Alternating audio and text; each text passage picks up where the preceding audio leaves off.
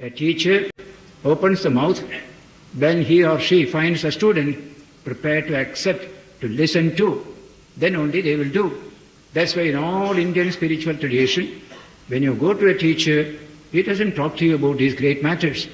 Unless you are serious about it, you put a question and wait for an answer, he will talk about the weather. How is the weather going on? What is this? What is that? That's all. Unless you are serious about it. Nachiketa asked Yama in the Kathopanishad. Then Yama gave a beautiful discourse, which even today we study after all these thousands of years. So also in many other books, Buddha's teachings, when the disciples sat there, he asked the question and the answers come. So also in many other sections of our spiritual tradition. So first ask and it shall be given. What did Jesus say? Ask and it shall be given. Seek and you shall find. Knock and it shall be opened unto you. Ask, seek and knock. That is our part. It is for the teacher to give and to open the door, to help us to open the door. This is how in all spiritual tradition, where there is a seeking and a realization, you find this tradition. Unless that student asks for the message, teacher is not going to give. Just like somebody is going on the road, come, I want to give you a message. Yes, he will listen and go away, and you think I have done the teaching. There's no meaning at all. Very cheap. So first, see the student seeks it. He or she will make use of it. Mind is serious, mind is receptive. The soil is receptive. Then you put the seed, then the plants will grow and flourish. So that teaching you can see in the whole of this Gita field of communication of knowledge. 7th shloka in the 2nd chapter, 63rd shloka in the 18th chapter. Itite jnanam akhyātam. Thus I have communicated to you whatever wisdom I had. By studying your various problems, I have come to a little understanding of your problem and the solution. I have communicated the same to you. Now it is for you to act upon it. Yathechasi tatha guru. As you think proper, as you desirest, you do what you think proper. Now that is a wonderful way of putting the responsibilities on the student, not on the teacher.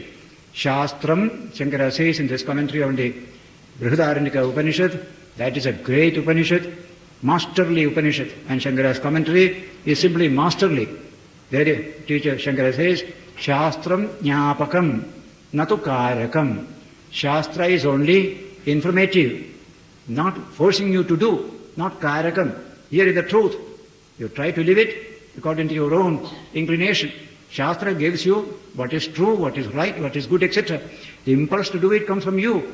It is for you to do. Therefore he said, Shastram Jnapakam, natu Karakam. Modern science will say, this is the nature of health. Such foods will give you health, such foods will not give you health. That is Jnapakam. But science doesn't force you to take that food or this food. It is up to you. So all knowledge is Jnapakam only. Information. To give you knowledge about a subject. Then your impulse will convert it into action. Good, bad, indifferent. It all depends upon your own mental state. So here Krishna gives that freedom to the student to deal with the communicated knowledge in the way the student desires or thinks proper. That is the meaning of this great verse 63. Yathechasi tatha guru. Then he continues, Sarva guhyatamam bhuya shunume paramam vachaha. After all this, he says, now the supremest mystery or truth I am communicating to you. Sarva guhyatamam. Till now it is taram. Taram means comparative. Tamam means superlative. Guhyatamam means supremely mysterious or profound. Shunume vachanam is a paramam vachaha. My supreme word. Listen to me now. I am communicating to you what is profoundest. That is the last utterance here. Ishtosime, he says, Dridhamiti, tato vakshyamite hitam. You are dear to me, and therefore you are able to understand this. I am speaking what is good for you. Tava hitam, what is really to your welfare. In the Katha Upanishad, there is a distinction made between what is pleasant and what is beneficial. Everything that is pleasant may not be beneficial. So there is a difference between what is hitam and what is priya. So this is called hitam. Preya and Shreya. Two words are there. Shreya means what will lead you to high development in your life. The other is what is pleasant, what is attractive, what is stimulating, what is scintillating, etc. So never run after what is Preya, but run after what is Shreya, what is eventually beneficial to you. Here also the word hita is used. What is hita means what is to your ultimate welfare. That's what I am telling you. I am interested in you. Drishtosi me dridhamati, because you are dearly beloved of all for me, and therefore will I speak what is good for you. That is a supreme statement now coming in the next verse. Two verses are there on this question. Manmana bhava, mad bhakto, madhyaji, mam namaskuru, mame veshyasya satyam te, pratijane, priyosi me. God himself is speaking to man. A beautiful dialogue of God with man. That is the Gita. Bhagavad Gita. Song of God. Song celestial. That is, as it is put in English. So, from that point of view, you have to understand this sloka. Manmana bhava. Let your mind be yoked to me. Manmana bhava. Your mind is yoked to the Lord himself. Mad bhakto. Become my devotee. Pure object of love is the Lord himself. Everything else is secondary. This is primary. Mad bhakto. Mad yaji. Whatever sacrifices and rites you do, keep me as a supreme goal. You may do to Ganesha or some other deity, but never forget there is one divine behind all these different manifestations. Madhyaji, Mam Namaskuru, salute me. Just like a child saluting a father or mother. Similarly, we salute the supreme divine force in the world, God himself. Mameva eshyasi, then you will achieve me only. You will attain to me only. Satyam te pratijane, I make this promise to you, this language. Satyam te pratijane. Why? Priyosime, you are dear to me. I am not here to misguide you. I am your friend. The friend is defined in English as one who will do only what is good for you. What is your welfare? He will take away with a little bit of a cloth all the dust that is on your body without giving you any pain, and do only what is good for you. That is the definition of a friend. And so Krishna says, you are very dear to me, so I'll tell you only what is really good to you. That stage has come. Manmana bhava, mad bhakto, madhyaji, mam namaskuru, mameva eshyasi. He says, Satyam te pratijane, priyosime. I promise you the truth. I am telling the truth, he says. It will be good for you. You are dear to me. Now listen to me. This is what he said, preliminary. And the next sloka is the final, the resounding conclusion of all this kind of teaching. When you become ripe enough to understand this last teaching, then that teaching has a tremendous significance. If you had told this in the second chapter, we would not have understood it at all. We have to build up our manhood, our strength, our character, and then we can listen to this and understand it. Having said, become strong, become full of energy. All this is told first. Finally, renounce all that and give it to me. It's all mine. You are nothing. Yes, okay, I give you. That strength you get only at that stage. You don't have the strength in the early stages. Though the strength that makes you surrender is a superior strength. We build up that strength in the course of all our struggle in this world to find a place for our own existence. That is the earlier struggle. It's consummate in this final struggle. Take away all I from there. Everything remains, only I has gone away. Only thou remains that way. So last sloka he will say now. It is called Charama Shloka, the final, ultimate wisdom of spiritual life. Sarvadharman parityajya mam ekam sharanam raja aham tva sarvapapebhyo mokshayishyami ma shuchaha. Sarvadharman parityajya, renouncing all dharmas. Mam ekam sharanam raja. Take refuge in me, one single reality called me. Take refuge in him, in that supreme truth. Aham tva sarvapapebhyo mokshayishyami. I shall save you from all papas, even punyas also. Both are included here. All these relative attitudes will all be transcended in this supreme act of self-surrender or self-surrender. Yes. This is what I am telling you. Don't grieve. Ma shuchaha. Have no cause for grieving, sorrow or any such thing. Ma shuchaha. That is also added to this kind of an assurance. Sarva dharman parityajya.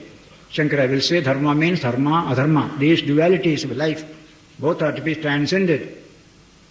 Ramakrishna speaks of dealing with dharma and adharma. Dharma is needed to get rid of adharma. And so we destroy adharma. Then dharma also we throw away. That is what we do. He gives the example of a thorn sticking to your feet. You take another thorn, remove the first thorn, and throw the second also away. His work is over. So dharma is there to overcome adharma. And you throw dharma also away. In the highest realization, no distinction of dharma attitude. We don't live in that plane of duality. We live in the plane of pure spiritual awareness.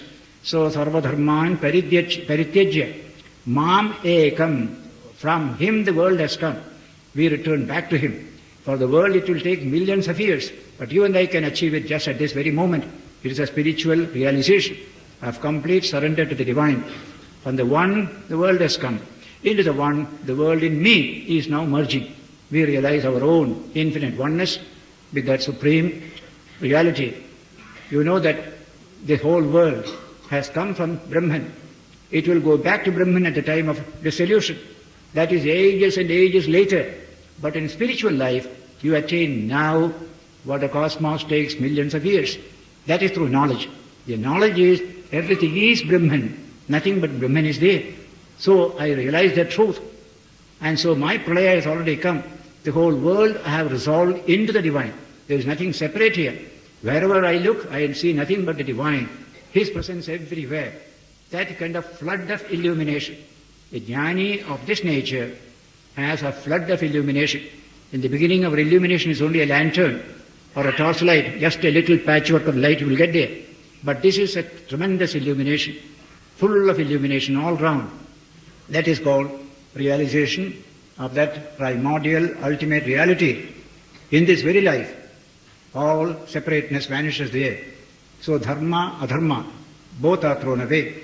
In the early stages, we seek dharma to overcome adharma. We are very particular about it. But in the last stage, these two will go away. Both the thorns are thrown away, as Sri Ramakrishna would say. Sarva dharma and parityajya. Mam ekam sharanam raja. The word is sharanam. How many times we utter this word, sharanam, in our bhajans and all that. The truth is that. So and so is sharanam. Swami sharanam, the Ayyappa devotees will say, Swami sharanam. I take refuge in the Swami. It's a wonderful idea.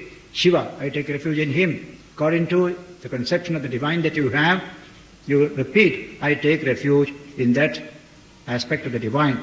The Christian does it, the Muslim does it, the Buddhist does it. Dharmam sharanam gacchami, Buddham sharanam gacchami, Sangham sharanam gacchami. Every Buddhist becomes a Buddhist by saying this. So in all this literature, there is such a thing as the individual soul finding his or her consummation in that supreme reality. That stage has come in this part of the Gita. We have finished our struggles. We have become ripe enough to undertake this final step in spiritual life. I have got enough strength to take away all my individuality strength from me. Only the Lord alone is. And I often repeat that idea. If to earn money, you need great strength. To renounce money, you need greater strength. To develop character strength, you need a lot of energy. But to renounce all this I, at the feet of the divine, you need supreme energy. That's called the greatest strength. Surrender here is the fruit of supreme strength. In normal life, we don't see surrender of that nature. When I am weak, I surrender. In any battle, when you are strong, you never surrender. You will surrender only when you are weak. Whole armies will surrender, like Pakistani army in Dhaka, surrendering completely. No way at all. That is in normal human life. In spiritual life, you surrender only when you are supremely strong. It is not a surrender of the weak, but surrender of the strong. What a beautiful idea. A man like Vivekananda, tremendous strength, tremendous intellectual vigor, wonderful work he has done east and west. But when he spoke in Madras on the sages of India, he ended by saying, I present before you the last of the sages of India, Sri Ramakrishna. Whatever I have said, if it has done any good to anybody, it belongs to him, not to me. Whatever is bad alone has come from me. That kind of surrender is something extraordinary, coming from not weakness but strength. Fullness makes for surrender. Emptiness cannot make for surrender. So this is the wonderful idea. You must remember, when you use the word surrender, surrender is always bad in human life. Why do you surrender? Fight your way, we say, in normal life. Quite correct. True. But at this stage in spiritual life, that is the supreme word. Surrender, surrender, surrender. Not I, but thou. Thy will be done. That is a supreme word of spiritual life. So Krishna sings that note in his great music of the Gita at this stage. Sarvadharman parityajya mam ekam sharanam vraja. Tagore in his Gitanjali refers to the prayer for strength in a series of lines. Give me the strength never to disown the poor or bend my knees before insolent might. So many such beautiful words come. Give me the strength to lift my mind high above daily trifles. These are all beautiful words in the Gitanjali. And the last line is beautiful. And give me the strength to surrender my strength to thy will with love. That is the superior strength. How much strength you need to surrender like this. That's why it is so different from ordinary worldly experience. Something profound in spiritual life. Some of the greatest saints and sages, at the last moment, when they were fully strong, they surrendered everything to the highest. Not I, but thou. That language you will find again and again. Our wills are ours. We know not how. Our wills are ours to make them thine, as the poet puts it in English. That is the stage in which we have come in this book. And Krishna is telling Arjuna to take that wonderful step. The I has gone away. The Lord alone is. Therefore, aham tva sarvapabebhyo mokshayishyami. I shall save you from all evil, from all sin. Ma shuchaha. Have no more grief. Arjuna had plenty of grief at the beginning, in the end of the first chapter. Grief and delusion afflicted Arjuna's mind. And all of us have many occasions of grief and delusion. Sometimes a creative type of grief and delusion will possess us. That will take us to higher life. Not every time, but sometimes it happens. A particular grief, a particular delusion makes us search for higher values, and then our new life begins there. So Krishna says, Arjuna, who had all this grief till now you can give up your grief. I am here to protect you from all this. Ma shuchaha. Have no more grief hereafter. Be peaceful, at peace, with a peaceful mind. Look to your work, your own responsibilities, live your life as you used to do, but with a new wisdom behind that life. Philosophy is what imparts wisdom to human life. Not this academic or textbook philosophy, but a deeper vision of truth is what gives philosophy its high value. With that philosophy, you can find your way in life, like a light. Throwing light on your path is the way to go. This idea has been repeatedly expressed in our literature.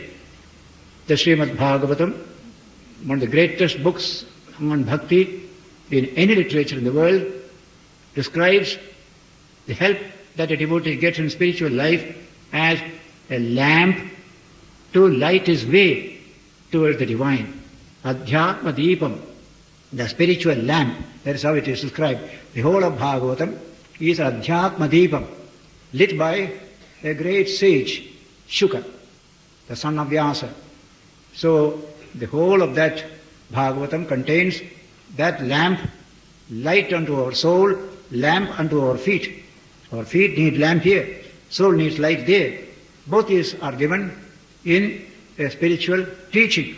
Bhagavata is compared to that Adhyatma Deepam, Yasvana Bhavam, Akhilashrusaramekam, Adhyatma Deepam, Atikitirshatam Tamondham, Samsarinam, Karunayaha, Purana Guhyam. This great Purana, the profound Shastra, the Bhagavatam, was conveyed by a great sage known as Shuka. How did he get it? From his own experience. Yasvanubhavam. He experienced the truth, what he is communicating here. Yasvanubhavam. Akila Shrutisaram. The essence of all the Shrutis. Akila Shrutisaram. Ekam. Adhyatma Deepam. One single spiritual lamp is created by his experiences. He is now offering it to whom? Samsarinam. Those who live in samsara. They see darkness. They see grief. They see delusion afflicting human life. They are in search of a lamp to find their way. Samsarinam. He calls them, come on, I'll give you a lamp by which you can find your way. Samsarinam. What was his motive? Karunayaha, out of pure compassion. Not for making any money out of it, out of pure compassion. Karunayaha, Purana Guhyam. The supreme Purana. Tam Vyasasunam Upayami. Gurum Muninam. This teacher of sages, that is Shuka, the son of Vyasa, I take refuge in him, says that shloka in the Bhagavatam, the very beginning of the book itself. So, Yasvanubhavam.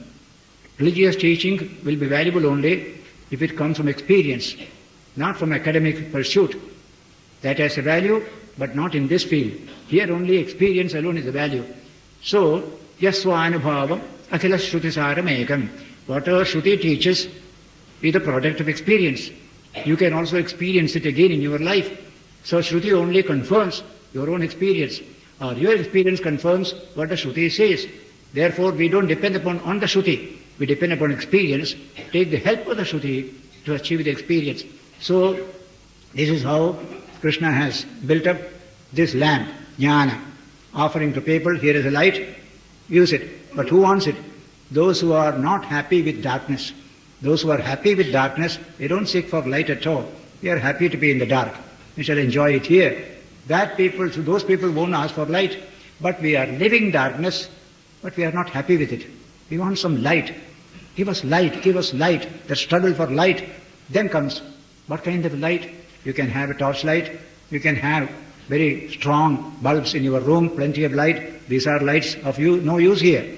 Light of the soul, which is jnanam. Jnana alone can give you that pathfinding by which you will reach the end of your journey. So Krishna is giving that kind of a light to Arjuna, and through him to all of us. Arjunam nimitti kritya. When we studied Shankara's introduction to the Gita 2 years ago, this phrase came. Arjunam nimitti kritya. Arjuna was only the instrument.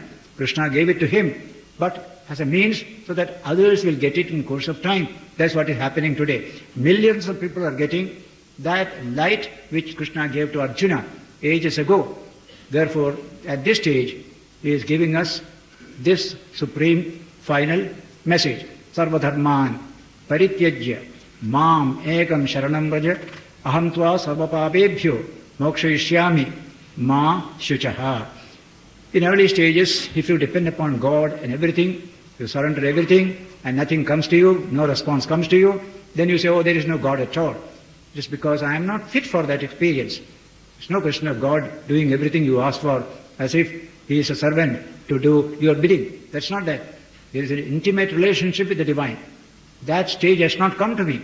So better to depend upon myself, work hard, invoke His blessings, but I shall not entirely depend upon that. In this way we begin life. Now what we now listen to here is the final stage. Infinite strength has come. Now I can say, not I. I can knock away this very I, which has been strengthened all this time. That is the real state of mind. Pure spiritual realization. The river re-enters the sea, has become lost in the sea. You can still trace it here and there, but the river as such is no more there. The devotee enters into the divine. Manmana bhava, mad bhakto, mad yaji, mam namaskuru, mameveshyasya satyam te, pradijane, priyosime, he said, you are my dear one. So I promise to you, you will be perfectly okay. I wish to stress only this particular point, that surrender, which is not at all a desirable thing in normal life, becomes absolutely desirable at this stage of man's spiritual life. It is that surrender which is a surrender of strength, surrender of fullness. You have become full, you surrender the whole thing. This is how surrender becomes valuable, supremely significant. Krishna is asking Arjuna to follow that last step. In Ramanuja's commentary, this shloka is supremely significant. Sharanagati is a wonderful teaching for him. Sharanagati Gadya, he has written a book on Sharanagati, and the whole of Vaishnava movement is based upon this concept of Sharanagati. Hanuman has Sharanagati. Vibhishana took refuge at the feet of Rama. The Ramayana you will find all these things. And the Lord has said there, those who come and take refuge in me, I protect them, I save them. Rama's own words are there in the Ramayana. So also in Christian literature you will find plenty of this statement of the divine, that I protect you, I save you from all sins, don't fear, don't fear. That fearlessness comes to you from that particular assurance of the divine, which has been voiced here in this particular shloka. Now a few words are mentioned by Krishna. It's a profound subject, it's a jnana. Who can use it with profit? Those who are ripe for it. Everybody cannot understand its value. Those who are spiritual seekers, not at all satisfied with the humdrum life of every day, they alone can appreciate this teaching and benefit from this teaching. Giving it to others is waste of effort, meaningless. That is told in every spiritual tradition. Here also, Krishna refers to that in the one or two verses. He said, Idam te na tapaskaya. He says, this teaching should not be given to anyone who has not done any spiritual struggle, tapasya. Idam te na atapaskaya, na abhaktaya. He says, kadachana, never, not even as one who is not a devotee of the divine, nacha susrushave, vachyam, nachamam yo abhyasuyati. This is never to be communicated to one who is devoid of austerities or devotion, not one who does not render service, asusrushave, not one who cavils or criticizes sarcastically the divine. That such minds cannot profit from this teaching. Better not to communicate. It's only mental pain. When you communicate something, the man doesn't understand a word of it, you are only suffering in your mind. So in all teachings you will find this restriction given. Even in physical science, what's the use of teaching mathematics to some person who has no knowledge at all, no interest at all in the subject? You waste your energy, that is all. There must be some understanding and some desire to understand more. Then all the teaching can be given. In spiritual matters it is just the same. They say, idante na atapaskaya, with a little bit of austerity, self-control. This is needed to understand the truth above the sensory level. This is a truth about God which is above the sensory level. Unless you control the senses a little, you cannot understand this truth. Therefore tapasya is called. Every effort to discipline the sensory man is tapas. In fact, all greatness comes only from tapas. We had occasion to deal with the word tapas earlier lectures.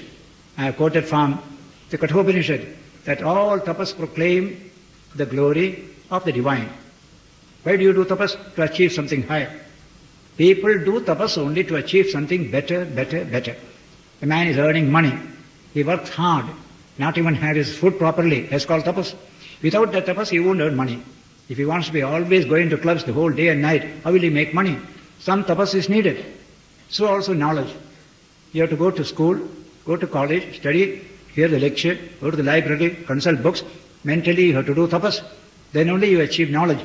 So everything in the world, everything worthwhile depends upon tapas. Tapas is the supreme means of human welfare, human development, human fulfillment according to the Upanishads. So that tapas has come earlier. A little tapas is needed to understand this great truth. A student who doesn't care for learning, doesn't care to read books, doesn't care to understand the lectures of the teacher, he lives a cozy, comfortable life. Can you teach him the Gita? He won't understand a word of it. You waste your own time, you waste his time also. So the atapaskaya, people who have no tapas, no austerity. Remember the word austerity. In that sense, what Shankara calls manasascha indriyanancha aikagrim tapauchyate. A wonderful passage in the Taittiriya Upanishad, Shankara's commentary, where the word tapas comes. Try to realize Brahman through tapas. That's the statement. Tapasa Brahma Vijijñāsasva. Tapo Brahmeti. Tapas is Brahman. The means and the end are the same. If you want Brahman, you pass through Brahman. Brahman is tapas, Brahman is the object of tapas. So there tapas is highly praised in that Upanishad. Commenting upon that word tapas, Shankara says, because we have many peculiar ideas about tapas, standing in the hot sun, sitting on a pike, all these are tapas for us. They're all meaningless, absolutely infertile. Real tapas he is going to give you the definition. And he quotes from Yajnavalkya Smriti, a very profound verse. You can quote it in any university in this world. Everybody will look up to it. It's a wonderful definition. What does Yajnavalkya Smriti say? Says, Aikagryam manasascha indriyanam cha aikagryam paramam tapaha. The concentration of the energies of the senses and the mind is called tapas. All achievements come to you through that concentration. The sensory energy are scattered about. I concentrate them. Then I achieve success. Mind's energy is scattered. I concentrate them. Then I achieve success to make money, to get knowledge, to take a degree, to do great work in society, to achieve political elevation. All this comes through tapas, by hard work, intelligent, hard work. So, manasascha, indriyanam cha, aikagryam, tapochyate, tachreyas sarvadharmanam, satarma paramasmritaha. That is the supreme dharma, by which you concentrate the energies given to you in the body and the senses and the mind, and impact upon the problems in front of you. You succeed, you grow, you develop. That is called tapas. In every department, tapas has a tremendous part to play. No greatness without having tapas behind it. Any type of greatness, worldly greatness, moral greatness, artistic greatness, scientific greatness, and spiritual greatness. Behind all that greatness, tapas is there. That we have seen so much in history, whether it is Western history, our own history. All the great people in history had done a lot of tapas. How much of greatness came to Britain during the 16th to 18th, 19th centuries? How? Through hard tapas. In the universities, in colleges, research institutions, industrial undertakings, everywhere. Hard work, concentrated work people did. Therefore they built up their culture and civilization. America did the same thing, tremendous hard work. Indian sages and people did it earlier. They built up a wonderful civilization here. It is only after independence we have forgotten the word tapas from every department of life except one's own making money by every crooked means possible. That's all what we have understood now. That tapas must come back. Our education will become wonderful when the tapas enters into it. Our politics will become wonderful when tapas enters into it. Today only take a flag and go around, throw some stones, you become a political leader. No difficulty at all. That tapas is not there. And so Gita has a profound philosophy of life, can be appreciated only by those who have entered that phase of tapas. Some training of the sensory and mental energy is being undertaken. Then he looks up to the Gita, says, he will get some blessing, some message from this great book. Na atapaskaya. So don't communicate this to one who has done no such tapas. Idante na atapaskaya. Tapaska means a doer of tapas. Atapaskaya, one who has done no tapas at all, a jolly good fellow. What will he understand of the Gita? Na tapaskaya, na abhaktaya. He has no sense of love inside. Ramakrishna asked one young man, do you love anybody? Father, mother, brother, sister, do you love anybody? I love nobody. Ramakrishna said, what a dry fellow you are. Love somebody in the world. That's very necessary. Even your wife you love well, your husband you love well. That's a wonderful thing. Have some love. We can expand it later on. You have no capital at all. What will come out of you? So he said, na bhaktaya, a little love of God. Just a little. Doesn't matter. We will make it bigger. But have something. Something other than your little ego. Love something else. That's a wonderful idea. All expansion comes from that wonderful development. Love something other than yourself. Self-love we all have.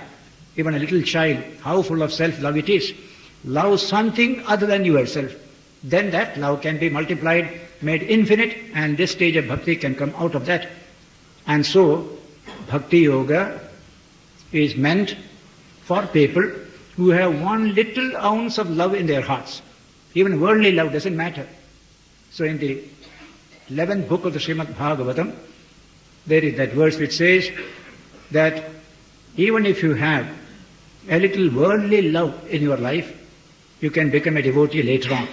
We will turn that love in the higher direction. You have the capital, we only invest it in a better way. But you have no capital, what can you do? So, Bhakti Yoga is meant for those who have a little vairagya, not much, a little love, not much, essentially worldly, but they can achieve the highest through the path of bhakti. So, in the Bhagavata it was said like that, neither too much, not too little, but a little is there. Something to build upon.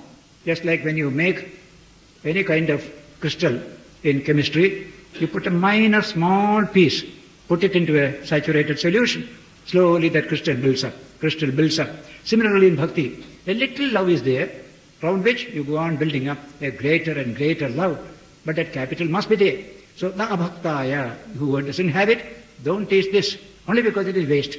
Waste of his money, his time, your time. Na abhaktaya kadachana. Nacha ashusrushave, the spirit of service. Arrogant people cannot understand this philosophy. A little spirit of service. I am here to help you. I am here to serve you. What a beautiful attitude of mind. Something more than yourself. Unless we build ourselves above ourselves, how poor a thing is man, sang the English poet Wordsworth. Build above your given individuality, a higher individuality, a larger self. That is something great for man. So he says, Ashasrushave, we have not started building that higher personality on the given individuality. I still am the level of ego, I. No Gita can be appreciated by such a mind. A little spirit of service has come. I want to love people, I want to serve people. I want to go beyond my limitation of this ego, an expansive attitude, the beginning of it. So, na ashusrushave vakyam. Similarly, nachamam yo abhyasuyati. Those who sarcastically remark about higher values, including God himself. God is the supreme higher value, but even other values also are there. A man can be sarcastic about those also. That kind of a cynical mind cannot understand the truth at all. So, better not to communicate it to such a person. The cynical mind is a dead mind, absolutely uncreative. So, anasuyave means who has no such kind of cynical mind. Nacha abhyasuyati. Those who cynically remark about higher values, don't communicate this teaching to them, says Krishna here. Then, ya idam paramam guhyam mat bhakteshu abhidhasyati bhakti mai param kritva mameva eshyati asamshayaha. Perfectly true, he says. Ya idam paramam guhyam. This supremely profound teaching, this great mystery. Guhyam is translated as mystery. Not something as misty, but something deep. Therefore this mystery. The English word mystery is close to the word English mist. Such a mystical means full of mist. Not at all. Absolutely clear. Max Muller clarifies this word, mystery and mist. Don't consider the profound mysteries of religion are misty. Here, unclear things are made clearer. That's called religion. And not unclear things are made still more unclear. That is misty. So this is not misty in that sense. This is a profound truth, therefore mystical. And it makes things clear in that particular level. So he uses the word guhyam, paramam guhyam. Mat bhakteshu abhidhasyati. Those who communicate this message among my devotees, who have, as he said, a little love in the heart for something higher than merely organic existence. Mat bhakteshu abhidhasyati. Bhakti mai param kritva. They develop great bhakti towards me. Mameva eshyasi asamshaya eshyati. They attain to me finally. There is no doubt about it. This is the way of bhakti development. A bhakta is a devotee who deals with other devotees through bhakti. He enhances their bhakti. He enhances his own bhakti as well. In this way, there is a beautiful intercommunication between devotee and devotee. A common language they understand. Not language of the tongue, but language of the soul. That is bhakti. Lovers understand the language of love. How can a dry mind can understand the language of love? They can't understand it at all. So bhaktas can understand this wonderful language, pure love, pure bhakti. Bhakti mai param kritva. Begin with ordinary bhakti Finally, you will reach Parabhakti, supreme devotion. Krishna has discussed this earlier chapters, various stages of bhakti.